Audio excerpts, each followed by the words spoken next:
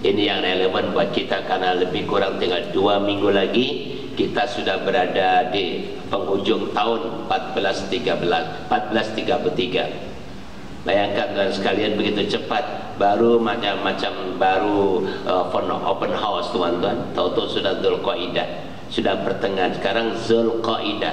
Dzulqa'dah artinya yang punya prinsip, yang berkepribadian, yang sudah mampan, yang sudah mantap, yang sudah tahu jati dirinya, sudah tidak bingung, tidak malang mentoleh, jadi satu prinsip, dan tahu arah hala tuju. Dalam keadaan apapun tawaran-tawaran, kalau dia tidak sesuai dengan kehendak Allah SWT, dia tak kisah tuan-tuan. Ini Dzulqa'dah.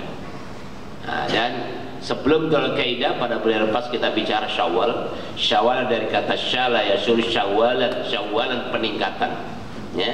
Dan selepas Dzulqa'dah ini sebentar lagi bulan Dzulhijjah. Dzulhijjah dikenali bulan haji atau bulan pengorbanan. Seolah Allah dan Rasul meminta pertanggungjawab kita. Mana buktinya bahwa kalau kita sudah meningkat? Mana buktinya kalau kita sudah punya jati diri?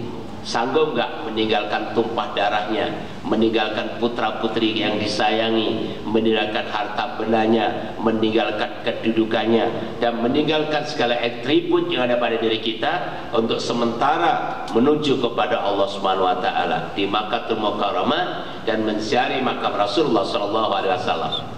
yakni menunaikan waktu haji dan umrah. Yang sudah tanya dan syabas, yang belum kenapa? Baik, tanya, ini Dzulhijjah atau pengorbanan, dituntut pengorbanan. Oleh karena itu saya ingatkan, dalam bulan Dzulhijjah ini setidak-tidaknya ada 7 amalan. Ada 7 amalan yang kita perhatikan tuan-tuan ya. Ini tidak rigid lah, tuan-tuan boleh tokok tambah ya. Kalau kita mendengar dari berbagai macam tuan guru, ustaz-ustaz atau imam atau ustazah-ustazah, atau bahkan tuan membaca buku besar itu silakan tokok tambah. Tapi setidak-tidaknya minimal adalah 7 amalan ini. Pertama adalah menunaikan fardu haji dan umrah. Menunaikan fardu haji dan umrah. Yang kedua adalah sholat puasa sunnah sebanyak atau selama 9 hari. Puasa sunnahnya 9 hari. Nanti akan saya terangkan satu persatu. Yang ketiga sholat sunnah Idul Adha, sembahyang sunnah Idul Adha. Yang keempat adalah memperbanyak takbir, tahmid dan tahlil. Yang kelima adalah ibadah kurban. Ibadah kurban. Yang keenam memperbanyak sedekah atau sedekah, dan yang terakhir yang ketujuh silaturahmi atau silaturahim. Baik, dari 7 ini kita coba tengok kembali dengan sekalian setakat mana KPI kita, pencapaian kita dalam mendekat pada Allah setiap akhir tahun. Karena Dzulhijjah merupakan penghujung tahun, akhir tahun bulan Hijri. Nah, disitulah tempat kita kemuncak untuk mendekatkan diri kepada Allah SWT.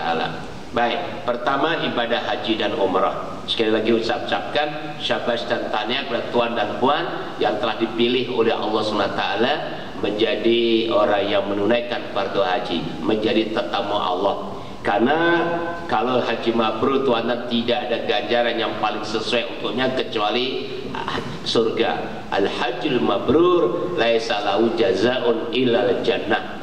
Haji yang mabrur itu tidak ada ganjaran yang paling sesuai kecuali surga.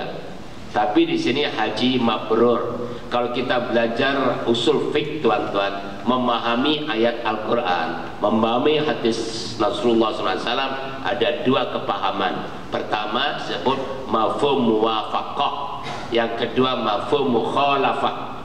Muwafaqah artinya yang bersesuaian. Seperti kalau Nabi bersabda tadi, haji yang mabrur tidak ada ganjaran yang paling sesuai kecuali surga. So maknanya haji mabrur balasannya surga. Kalau begitu, apa ada haji yang tidak mabrur? Nah, ini soalan. Itu namanya mafhum mukhalafah. Ada question mark. Apa ada haji yang tidak mabrur? Ada. Haji itu ada 2 jenis. Pertama haji mabrur, kedua haji mabur. Mabur itu terbang aja, mabur saja Tuhan sekalian, hanya macam itu. Oleh karena itu kalau tuan-tuan ada buku kecil 40 hadis peristiwa akhir zaman, coba rujuk di sana, ada hadis ke-40. Di sana disebutkan kesilapan orang menunaikan haji dan umrah. Ada 4 kesilapan orang yang menunaikan haji dan umrah. Haji dan umrah ini hanya satu saja yang betul. Sebagaimana Allah berfirman, wa atimul hajja wal umrah lillah, sempurnakan haji dan umrah karena Allah. Karena kalau orang tidak kenal Allah itu ada 4 kesilapan tadi. Pertama, bagi orang kaya-kaya hajinya hanya untuk melancong aja, hanya melancong aja tuan-tuan. Karena sudah pergi ke seentero dunia, coba nak melihat Mekah dan Madinah, melancong. Akhirnya kalau melancong jadi melencong. Buktinya tuan-tuan, banyak orang pergi sana ratusan ribu habis, tapi sholatnya bukan di masjid tuan-tuan. Sholatnya hanya di dalam hotel sana, buka tingkap Allahu Akbar. Tak mau turun, alasannya sesat atau panaslah, sejuk dan sebagainya. Tapi kalau shopping dia sanggup, sholat tidak mau. Ini haji-haji, hati-hati tuan. Haji bukan mabrur tapi mardudun. Nah, ini cirinya.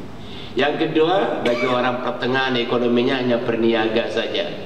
Dari sini memikirkan apa yang akan dibawa ke sana yang dijual, dari sana apa yang dibawa untuk dijual di sini. Jadi pikiran fokusnya hanya untuk berniaga. Kasihan orang ini. Bukan salah berniaga, Nabi sendiri adalah businessman tuan-tuan yang sukses. Istrinya jadi ada ahli korporat. Tapi jangan sampai haji itu salah niat. Yang ketiga nih, para mutawif, para ustadz, para guru, para imam, termasuk yang ngomong ini, hati-hati. Karena berhaji nak pamer aja. Kadang duduk di lobi hotel bertanya, sudah berapa kali tuan haji? Oh, aku dah 31, aku dah 71. Seolah-olah dah 71 itu masuk surga. Yang itu dulu. Itu masalahnya, karena pamer-pamer.